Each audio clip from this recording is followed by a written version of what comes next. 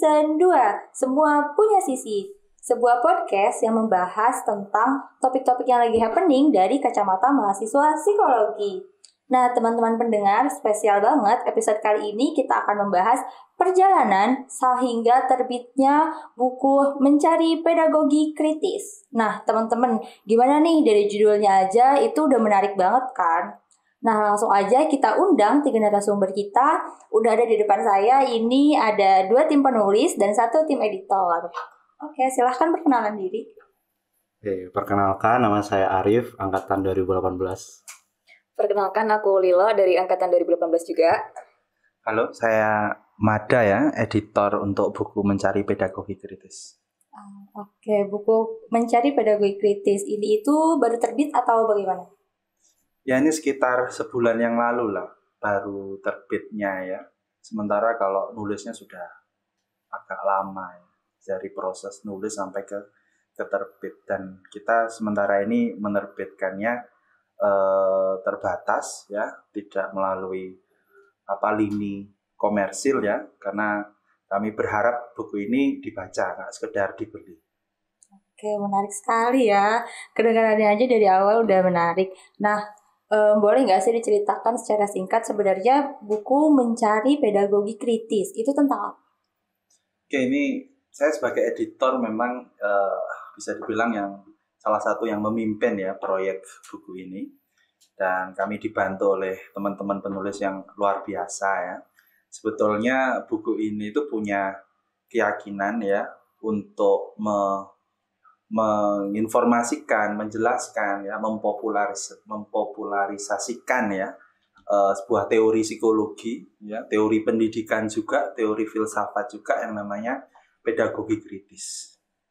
Nah, pedagogi kritis sendiri itu sebetulnya teori psikoanalisa yang baru populer mungkin beberapa tahun belakangan ini ya, yang diinisiasi oleh seorang tokoh namanya Paulo Freire dari Brazil. Nah, kenapa kok teori ini susah banget masuk ke Indonesia, Mbak ya? Karena teori ini punya nuansa revolusi, punya nuansa perlawanan gitu, sehingga sebelum tahun 98 buku-bukunya itu dilarang. Nah, ada buku psikologi yang dilarang, itu salah duanya misalnya buku ini, teori-teori ini ya, bukunya Paulo Freire. Kemudian juga ada yang mungkin Mbak sering dengar, tapi bukunya susah juga untuk didapat, Erich Fromm. Nah, dia itu juga seorang psikoanalis, tapi teorinya susah untuk diakses. Nah, tujuan dari buku ini adalah untuk mengajak teman-teman semakin mengenal seperti apa sih teori pedagogi kritis, psikologi kritis. Nah, dan di situ ada banyak sekali ya isinya, tulisannya yang dibantu oleh teman-teman ya untuk sub bidang yang lebih spesifik. Oh, berarti karena banyak penulisnya pun banyak. Betul. Ada berapa penulis? Sejauh ini ada 15 penulis dan itu alhamdulillah psikologi semua. Berarti melihat dari banyak aspek ya di dalamnya. Betul. Ada mungkin aspek-aspeknya teman-teman apa aja ya aspek-aspeknya itu ya? Mungkin kalau terdekat mungkin kayak dari kita yang sedang mahasiswa, mungkin dari segi pendidikan, terus yang mungkin concern atau minatnya ada yang ke keluarga, ada yang ke hubungan juga, atau mungkin kayak isu-isu terkini seputar beauty privilege dan kayak itulah. Oh, berarti topik-topik yang memang happening dan relate di masyarakat ya. Wah, menarik banget sih. Iya kan? Saya sebagai pendengar dari tadi itu kayak, wah, ternyata di dalamnya pasti akan ada banyak hal-hal yang seru untuk dibaca gitu. Sebagai penulis sendiri pasti kan punya tujuan ya. Nah, kalian nih sebagai penulis, apa sih tujuan dari ingin ikut berkontribusi dalam pembuatan buku ini? Mungkin kalau niat, sebenarnya kalau bukannya pengen gimana ya, kayak bukan kayak ngasih pemikiranku kayak dari pedagogi kritis kayak gini tuh bukan kayak dari aspek terkecil sendiri dari aku sih. Sebenarnya dari dulu pengen kayak terbiasa untuk menulis, dan karena dalam forum diskusi itu kayak diharuskan hampir tiap minggu atau 2 minggu sekali itu untuk setor tulisan tuh kayak yang dulunya kayak nggak ada tuntutan untuk menulis, jadinya ada tuntutan untuk menulis. Yang paling utama kalau menurutku dari aku sendiri sih itu untuk terbiasa untuk menulis. Terus kalau untuk isi bacanya mungkin ya tadi kalau nggak pernah menulis jadi pengen mengeluarkan pemikiran-pemikiran dulu, nggak pernah disampaikan sih. Oh, berarti banyak yang melatar belakangi sampai kalian ingin ikut berkontribusi, ataukah sebelumnya ada kayak gagasan-gagasan yang tidak tersampaikan dan ingin disampaikan, atau mungkin ada keluh kesah yang ingin kalian tulis sehingga terciptalah buku ini. Betul banget. Seru ya. Dalam prosesnya sendiri itu dari 15 orang. Bagaimana sih sehingga lahir buku ini, struggle-nya, cerita-cerita menariknya pasti kan ada tuh yang memorable diingatan tuh, wah ini pas nulis ternyata ceritanya kayak gini gitu. Apa sih? Iya. Oke, kalau aku mewakili teman-teman ya pasti teman-teman punya struggle masing-masing terkait tulisan, entah itu dari cara dia menulis atau konteks tulisan yang dia tulis. Tapi kalau aku pribadi lebih ke ini sih. Ini tuh kayak kebetulan banget dikasih Wadah. Iya, wadah dari Pak Mada, dikasih opportunity dari Pak Mada buat menulis. Karena kebetulan waktu magang ini saya dapat insight banyak banget terkait kayak proses dunia kerja dan lain-lain. Dan itu yang menginspirasi saya buat nulis tentang kapitalisme. Dan untuk hambatannya sendiri, yang pertama adalah kalau dari saya adalah cara menuangkan apa yang saya pikirkan ke dalam tulisan. Soalnya itu kayak saya pengen membaca itu sampai, perasaan saya itu sampai, tapi kadang kata-katanya kayak kurang tepat, kayak kok ada yang kurang ya kayak gitu, kok kurang nampol, kurang ini, kok kurang representatif. Nah itu sih kalau dari saya pribadi hambatannya. Berarti mengasah untuk bagaimana tulisan ini bisa sampai ke pemikiran pembaca. Betul. Kalau dari Kak Arif sendiri mungkin Nambahin dikit dari tadi ya. Nah, gunanya Pak Mada sebagai editor tadi itu membantu untuk lebih menyampaikan maksud dari masing-masing tulisan yang kami setor.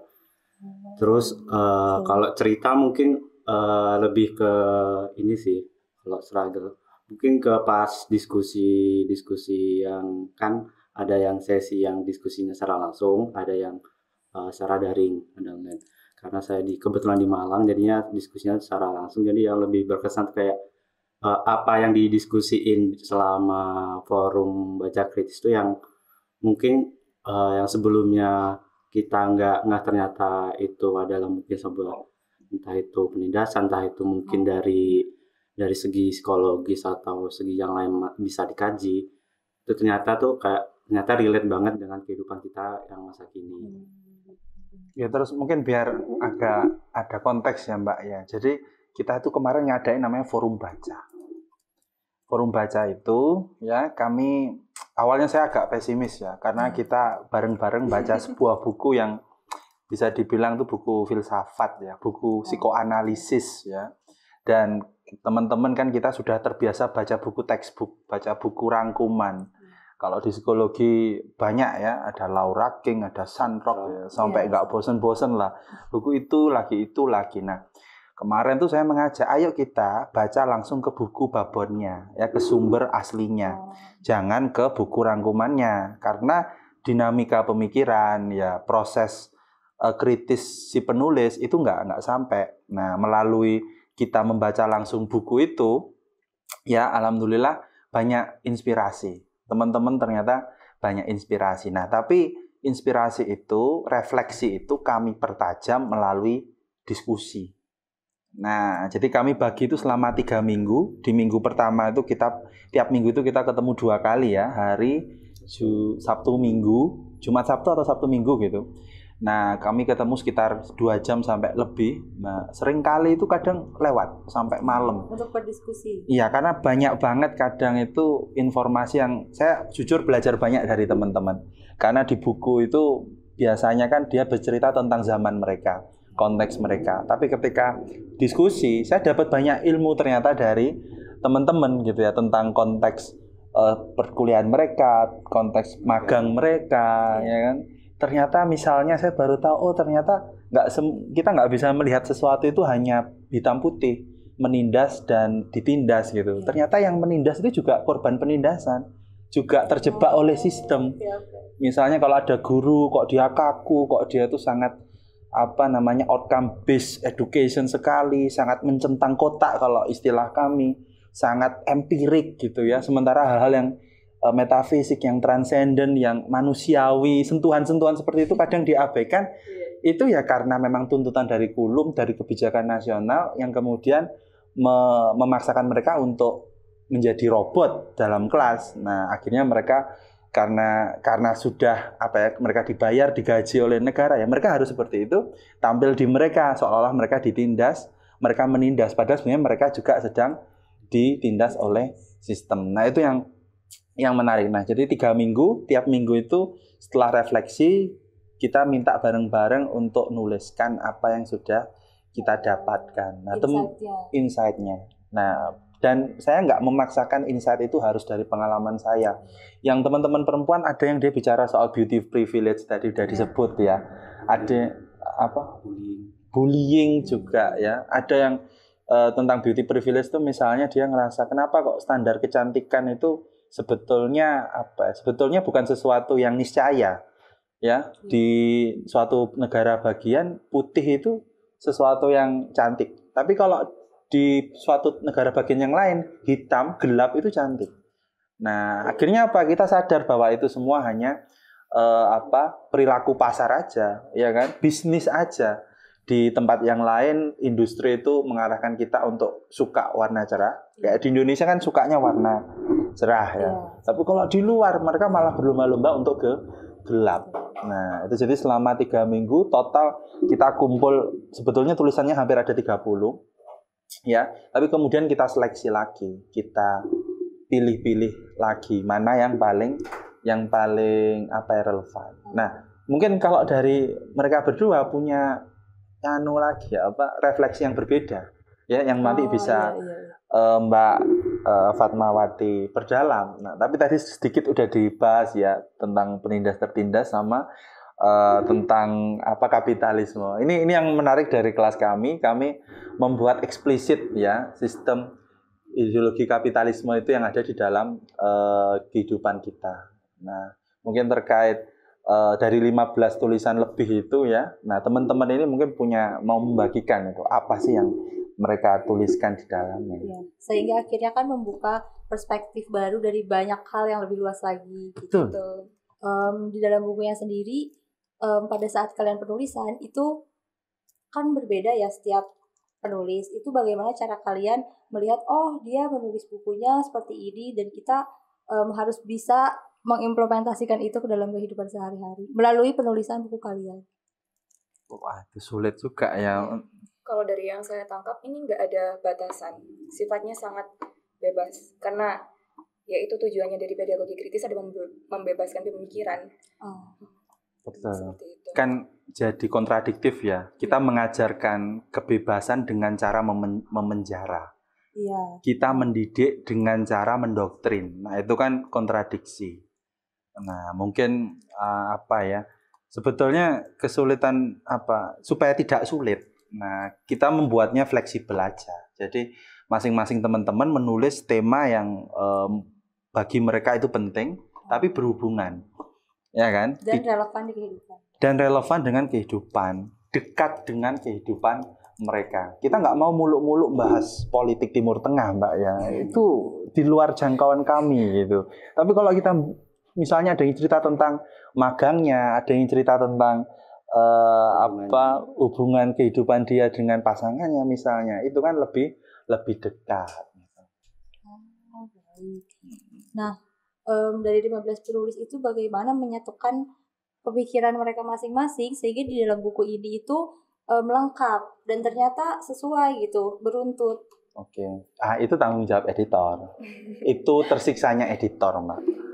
Jadi hampir 3 minggu itu saya di depan laptop ya, menyeleksi, lalu memperbaiki, merombak bahkan ya, karena banyak banget, bisa dibilang saya nggak mau bilang tulisannya jelek, bagi saya idenya itu bagus, segar-segar, hanya saja kadang kita itu sulit dalam menyampaikan, kehabisan kata-kata, tidak mampu untuk menatanya.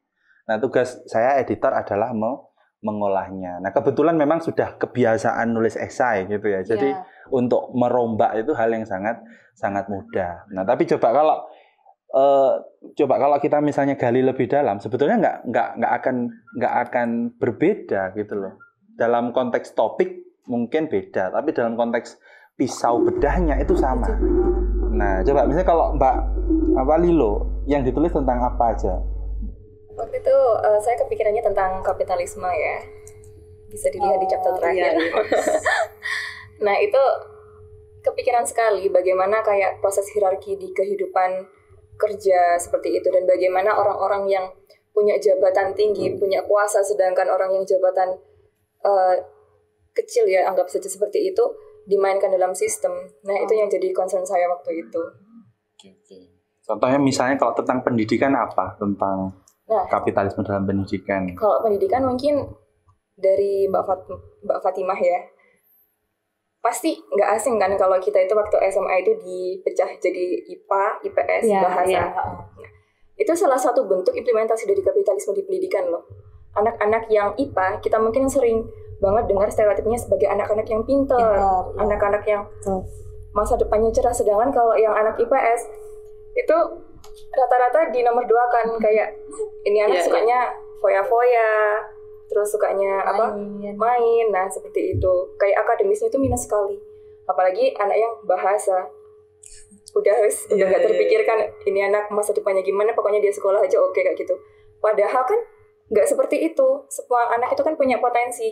Mungkin waktu di penjurusan memang potensi IPA-nya, ilmu alamnya itu lebih menonjol, tapi bukan berarti ilmu lainnya dia gak bisa kayak gitu sih. Kalau Kak Arif sendiri, gimana? Judulnya itu apa dalam penulisan? Judulnya apa ya? Aku lupa. Penindas yang tertindas. Penindas dan tertindas. Seputar ini sih, kayak di awal kayak mempertanyakan sebenarnya yang seperti Pak Mada bilang tadi, sebenarnya hidup tuh kayak hitam putih nggak sih?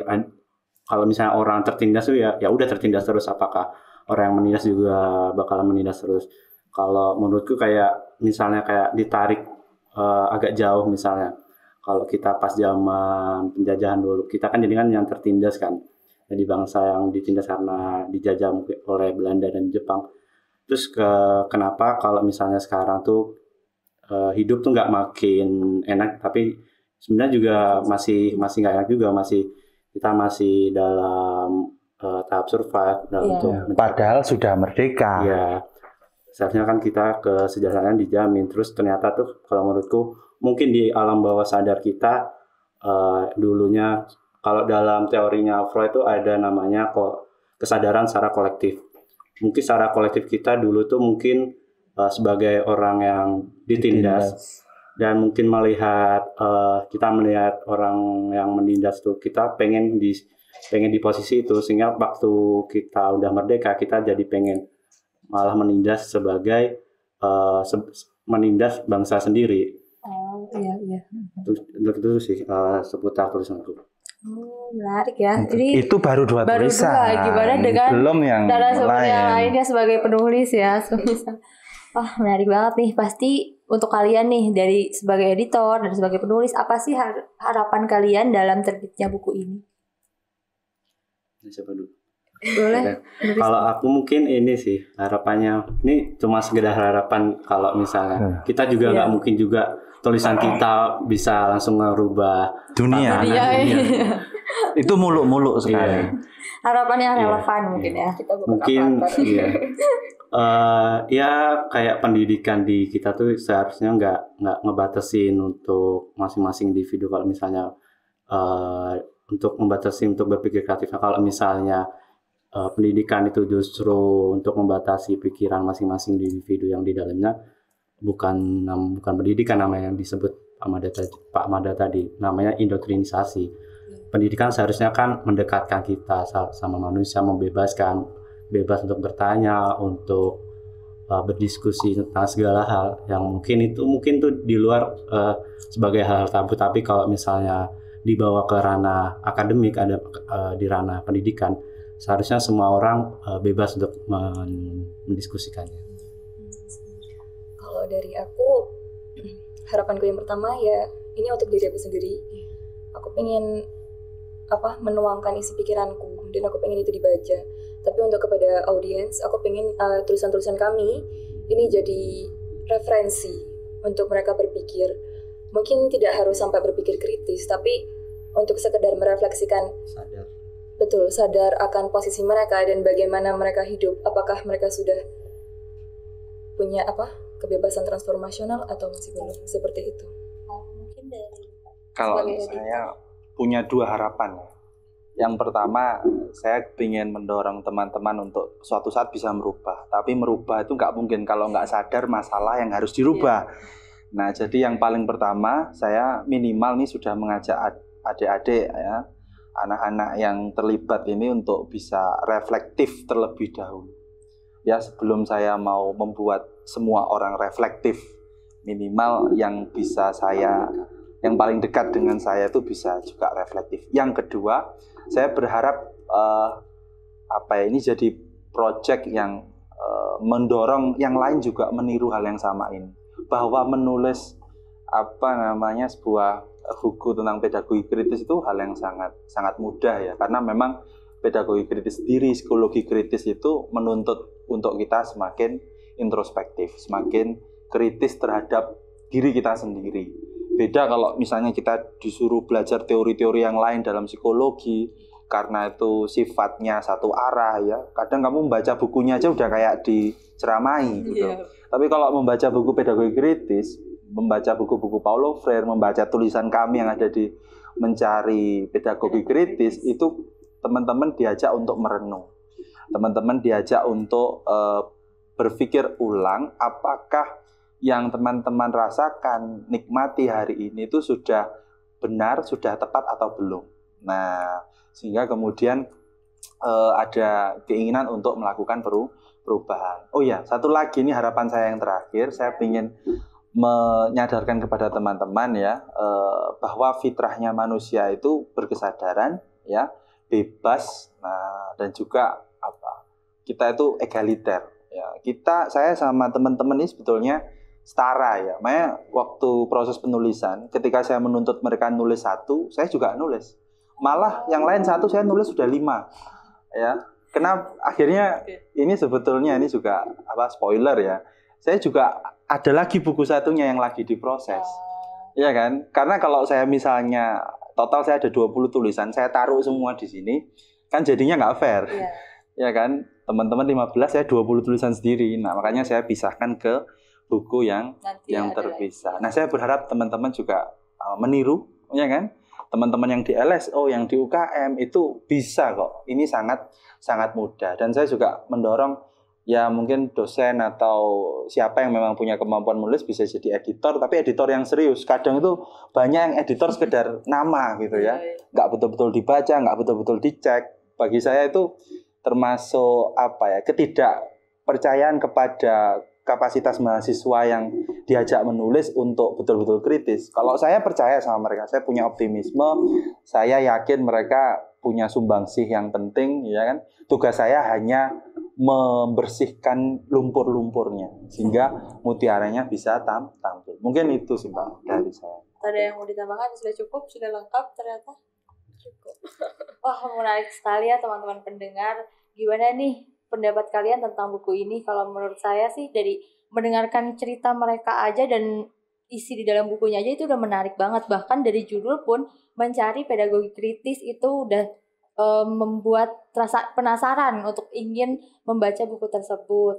Nah, untuk teman-teman yang ingin membeli buku Mencari Pedagogi Kritis dapat dicari di e-commerce Shopee dengan keyword Mencari Pedagogi Kritis.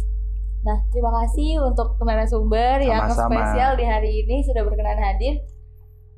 Jangan lupa teman-teman yang suka dengan episode kali ini boleh banget buat up di story-nya dan jangan lupa tag @fapsi UMM. Jangan lupa juga buat subscribe YouTube channel kita di Fakultas Psikologi UMM.